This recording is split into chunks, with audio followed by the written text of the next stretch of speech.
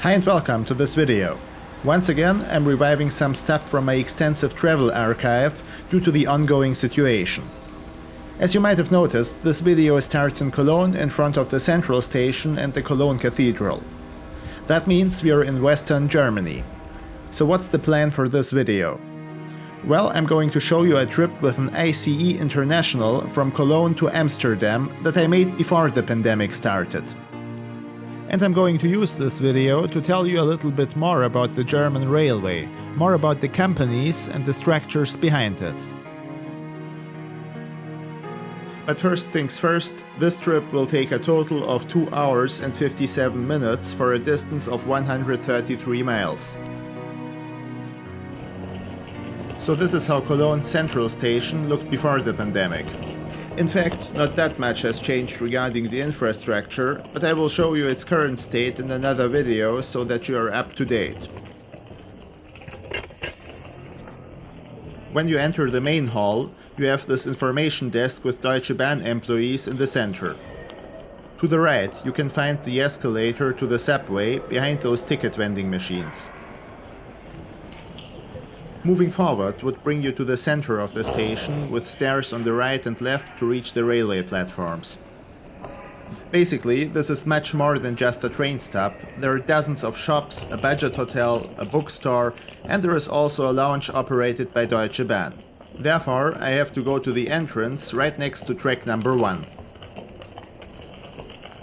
In this part of the train station, there are also a lot of fast food restaurants and a little grocery store that is open 24/7.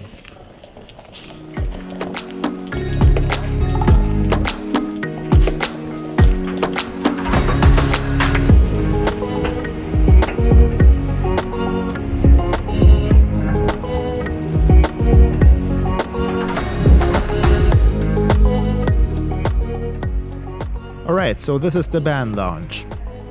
There are different ways to qualify for entrance. One is to buy a flexible first-class ticket, but you can also get in there by participating in the Bahn Comfort Frequent Traveler program or by holding a Bahn Card 100. I think I have explained what that is in one of my other videos about the ICE. You're very much welcome to watch them as well. Those Bahn lounges don't serve any food or drinks at this moment because of the epidemiological situation. But back when I made this video, I was able to get some coffee and some snacks. A Wi-Fi connection is also provided, so it's a good place to spend some time before boarding the train, but you shouldn't expect too much.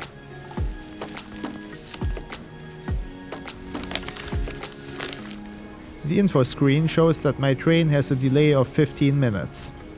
As I'm doing this trip for the fun of it, I'm not too worried. But those things still happen way too often, although DB claims to work hard on improving punctuality. But now let me just get out of here and head to track 6, where my train is supposed to depart.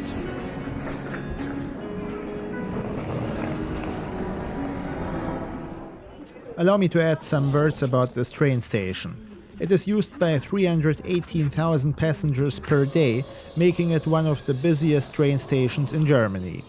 Its history goes back to the mid-19th century, when the Zentralbahnhof was opened along with the bridge over the Rhine. Over time, its appearance changed, and they created this distinguishable roof that was inspired by London's St. Pancras station. During the Second World War, it was severely damaged and then rebuilt. And that's the arrival of the train I am going to travel with in this video.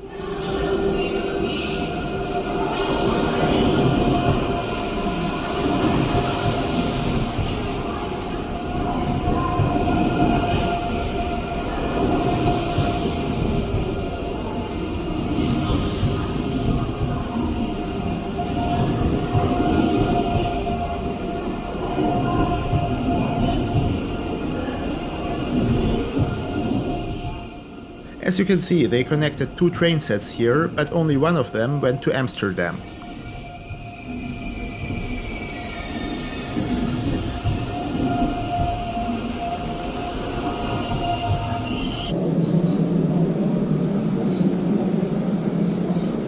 Okay, time to board the train and to mind the gap. which seems unusually big here.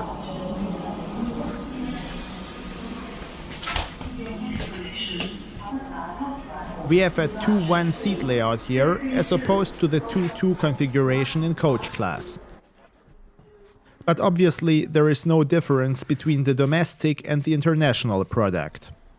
At least not in the cabin, because the train is a different one. So this is an ICE 3M. The M stands for multisystemfähig, which means multi-system capable. This allows the train to make trips to other countries that have a somewhat different railway infrastructure. That's the standard first-class seat that I have booked. It's reasonably comfortable and legroom is okay, but clearly it can't compete with what you can find, for example, on Italian trains.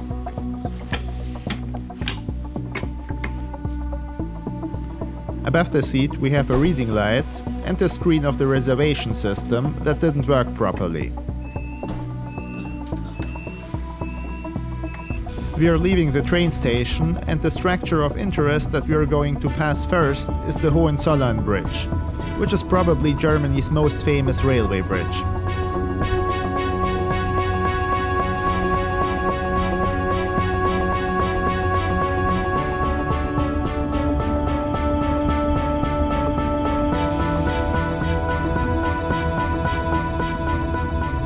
There are 4 statues like this one, representing Prussian kings from the Hohenzollern family, hence the name.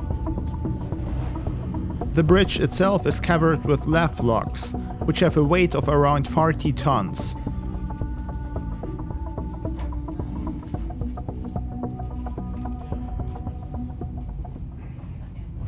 The regional train is quicker here, but rest assured that this ICE series is the fastest that has been made so far.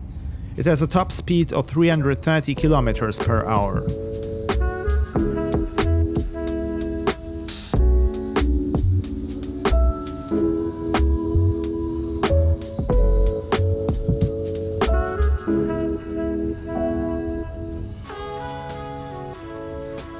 This is Köln Mesidoitz. It's another important railway station in Cologne, located on the other side of the Rhine, next to the complex where trade fairs take place. From here we go straight to Dusseldorf, the capital city of North Rhine-Westphalia.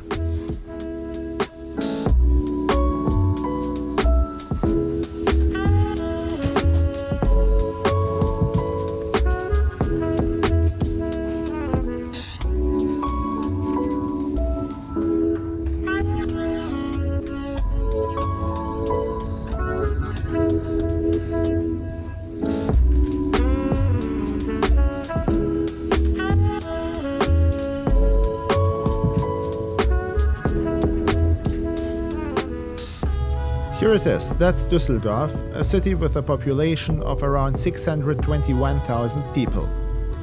Along with Cologne, Dortmund and some other cities, it forms a major metropolitan region with over 10 million inhabitants.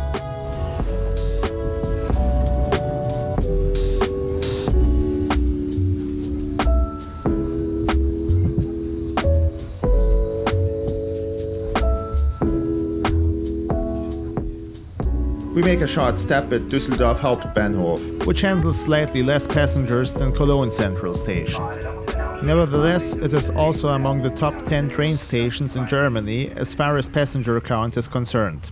Ladies and gentlemen, exit on the left-hand side in direction of travel.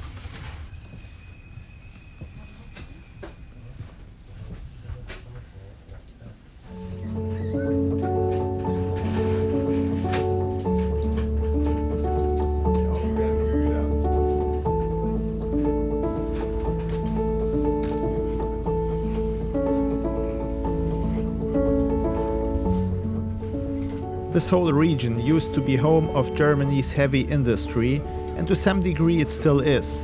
But back in the 60s, North Rhine-Westphalia was known as the land of coal and steel.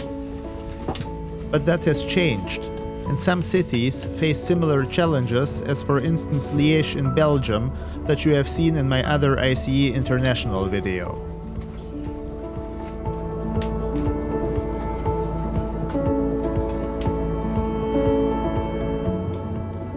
Anyway, as I mentioned at the beginning of this trip report, I would like to elaborate a little bit more on Deutsche Bahn.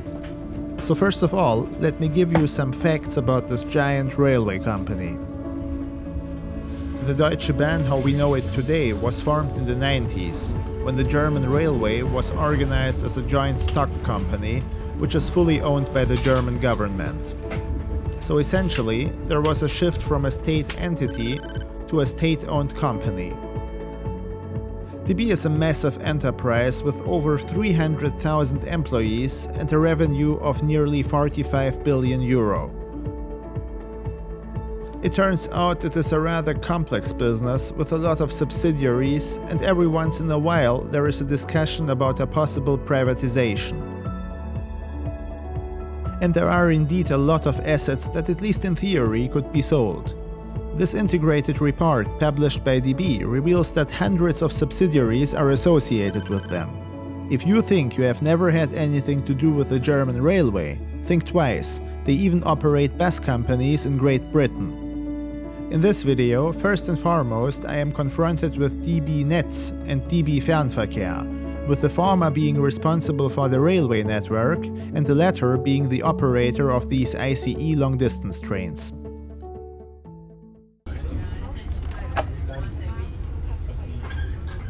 It's about time that I have some breakfast, which is not included in the ticket price, by the way. All in all, it cost me another 14 euro and 50 cents. The quality of the products is good though, and so is the level of service by the train attendants.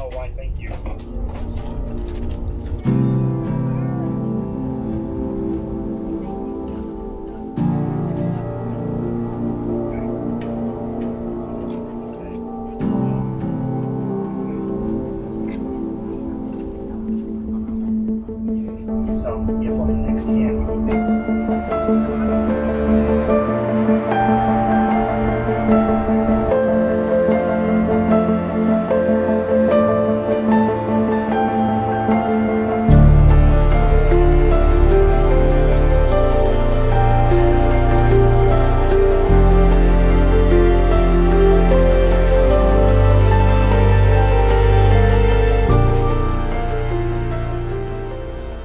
Well, it's easy to recognize, we are already in the Netherlands. More precisely, we are about to make a stop in the city of Arnhem.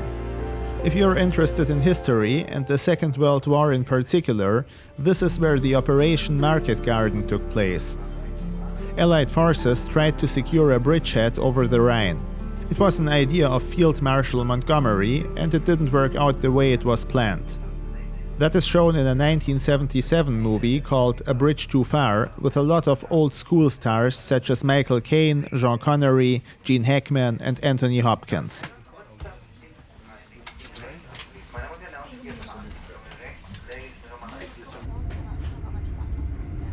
We are moving again, and the next stop will be Utrecht, the fourth largest city in the Netherlands, 20 miles southeast of Amsterdam. Judging by this footage, it's hard to believe, but Utrecht has actually an ancient city center.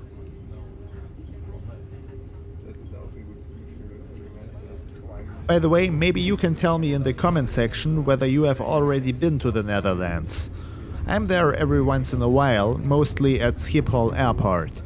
This trip here, though, I actually made because I wanted to visit the famous Rijksmuseum, the Dutch National Museum.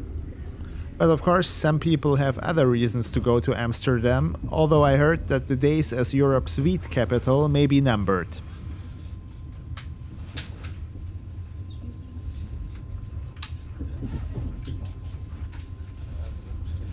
Well, what can I say about Deutsche Bahn's product?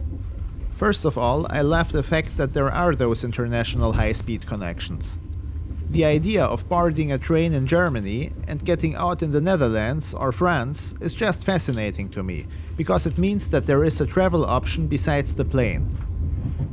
Many people complain about Deutsche Bahn, and oftentimes rightly so. But we shouldn't forget that many countries can only wish to have an ICE train that brings people from one city to another. With that being said, there is certainly room for improvement, and at DB they probably don't like to hear that, but I believe there should be more competition on European rails, and particularly on German rails. That's also what the EU intended with some of its directives. I talked about that in another trip report. I don't know if I can attribute the malfunction of the power plug to a lack of competition. Nevertheless, just like I wouldn't want to travel with only one airline, I'd like to see an alternative to the ICE. There are good things on this train too. Wi-Fi, for example, worked perfectly without a data limit in first class. Moreover, the staff was kind and productive. Now, some of you will probably ask, how much does a trip like that cost? Before I answer this question, I would like you to make a wild guess. How much would you be willing to pay for what you have seen? Feel free to share your estimate in the comment section below. Well, when I looked for a ticket recently, I only found somewhat different itineraries that require you to change trains in Dusseldorf. In first class, in the flexible rate, that journey would cost you €119. Okay, ladies and gentlemen, we are about to arrive at Amsterdam Central, the main train station. Of course, this is not a new video, as I said before. There are still travel restrictions around the world and the rules change all the time, making it difficult to plan new trips. No worries though, I intend to produce some fresh new content shortly. I'm very excited about it. Obviously, I always have to adapt to the situation, but there is a lot of stuff in the pipeline.